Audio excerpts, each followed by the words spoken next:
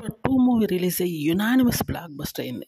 అందుకని ఇప్పుడు దీనికి సంబంధించినటువంటి కలెక్షన్స్ ఏ విధంగా ఉండబోతున్నాయి అంటే 300 కోట్లు ఈజీగా క్రాస్ చేసే అవకాశం ఉంది.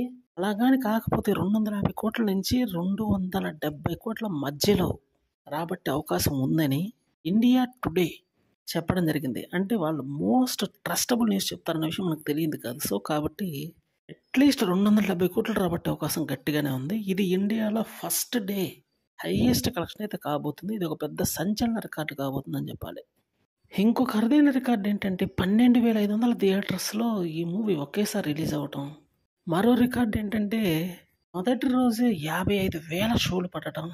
ఇవన్నీ కలిపి కూడా ఈ మూవీ బ్లాక్ బస్టర్ అవ్వడానికి దారితీసిందని చెప్పాలి. ఫస్ట్ నుండి భారీ హైప్ నడుస్తుంది ఈ మూవీ మీద.